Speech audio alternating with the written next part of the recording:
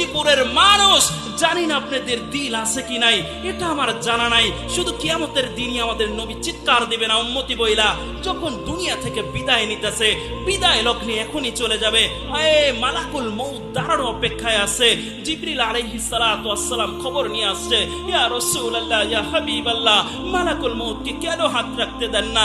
ইলা রফিকিল আলা, আল্লাহ আপনার অপেক্ষায় অপেক্ষিত মান আছে, আপনি কি আল্লাহর কাছে যেতে চান না? ওই সময় নবীর চোখে থাকবে পানি, এমন কিনা যে হাসান হুসাইনের জন্য, এমন কিনা যে আলী ফাতেমার জন্য, এমন কিনা যে ফ্যামিলির জন্য।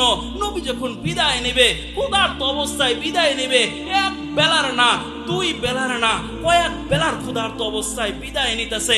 আম্মা জান আয়েশা সিদ্দিকা রাদিয়াল্লাহু তাআলা আনহা বলতেছে, আমরা 9 ফ্যামিলি ক্ষুধার্ত ছিলাম, এক বেলার না, দুই বেলার না, কয়েক বেলার ক্ষুধার্ত অবস্থায় আমরা ছিলাম। যদি আমাদের ঘরে ওই সময় বাতি জ্বালানোর মতো তেল থাকতো, ক্ষুধা নিবারণ করার জন্য, ক্ষুধাকে নিবারণ করার জন্য আমরা বাতি জ্বালানোর মতো তেল আমরা পান করে নিতাম। হায় হায়, ওই নবী দুনিয়া থেকে বিদায় নিতেছে, হাসান হুসাইনের জন্য চোখে পানি না, আলী ফাতেমার জন্য চোখে পানি না, ফ্যামিলির জন্য চোখে পানি না। যখন জিবরিল জিজ্ঞাসা করছে, ইয়া রাসূলুল্লাহ, ইয়া হাবিবাল্লাহ, আপনার চোখে পানি কেন?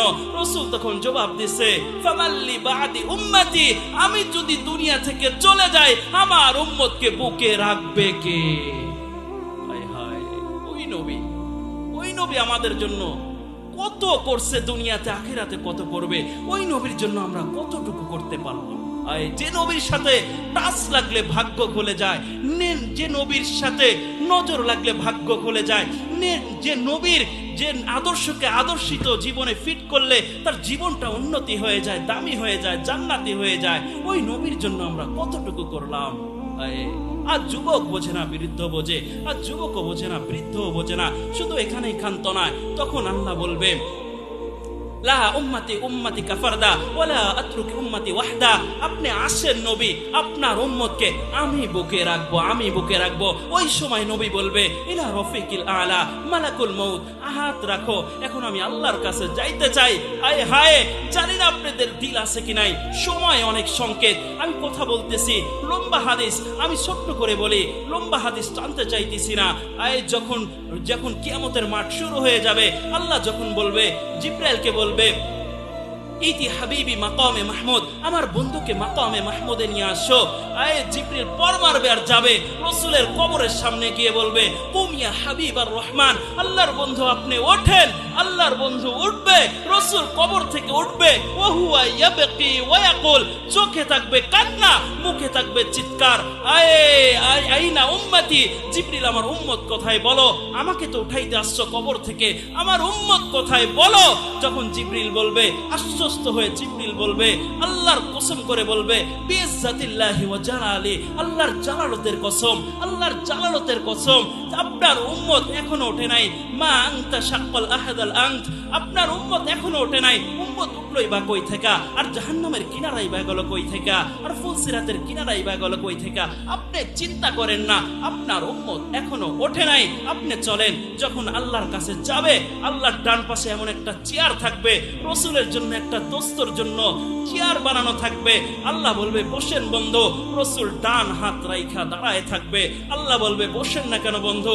রাসূল বলবে যে, আমি তো ডান হাত রেখে দাঁড়ায় আছি, আমাকে বসায় কি করতে চান? আল্লাহ বলবে যে, এটা আপনার জন্য বরাদ্দ, আপনি বসেন না কেন বন্ধু?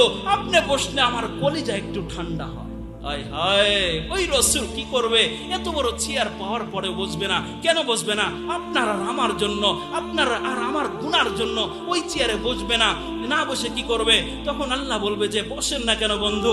রাসূল বলবে যে, আমি যদি চেয়ারে বসা যাই, তাহলে আমার উম্মতের জন্য 3 জায়গায় দৌড়াবে, তো দৌড়াবে। কে বলেন সুবহানাল্লাহ? হায় হায়, রাসূল বসা, আল্লাহ বলবে বসেন, কিন্তু রাসূল আমাদের জন্য বসবে না। তখন আল্লাহ বলবে, কোন 3 জায়গায় বন্ধু? রাসূল বলবে যে, আমার উম্মতের জন্য হাউজে কাউসারে কে দৌড়াবে, আর হাউজে কাউসারে পানি কে পান করাবে। আবার মনে উঠবে, আমার উম্মতের যদি গুনাহ ভারী হয়ে যায়, মিজানের পাল্লা যদি সামনে না ঝোঁকে, আবার মিজানের সামনের দিকে ঝুঁকবে, আবার দৌড়াতে থাকবে। মিজানের পাল্লায় গিয়ে যদি দেখে কোন উম্মতের আমল নামায় সামনে ঝোঁকে না, গুনাহ ভারী হয়ে গেছে, আমল উপরে উঠে গেছে, ওইখানেই আল্লাহর রাসূল পয়সা হাত তুলবে, ও মালিক তুমি তো ওয়াদা করেছো সাউফা ইউতিকা রাব্বুকা ফাতারদা, তুমি আমার দিলে ব্যথা দিবে না। ও আল্লাহ, আমি তো আমাকে রাজি করে ছাড়বে, আমি তো তোমার উপরে রাজি হইতে পারি নাই, আমার উম্মতের পাল্লা সামনে ঝুঁকতেছে না। ও আল্লাহ, আমি তোমার উপরে রাজি হব তো হব কি করা? আল্লাহ, আমি তো তোমার উপরে রাজি হতে পারবো না। ও আল্লাহ, তুমি তো বলেছো লা ইয়াকফিকা ফি উম্মতি, ও আল্লাহ আমার উম্মতের ব্যাপারে আমাকে লজ্জিত করবে না। ওয়ালা ইয়াসুক, আমার দিলে ব্যথা দিবে না। ও আল্লাহ, তোমার উপরে আমি রাজি হতে পারি নাই। আল্লাহ তখন রহমত নামের উসিলাই করে আমাদের পাল্লাটা ভারী করায় দেবে। বলুন সুবহানাল্লাহ। হায় হায়, ওই নবী, আপনার নবী, আমার নবী, ওই নবীর জন্য কতটুকু করলাম।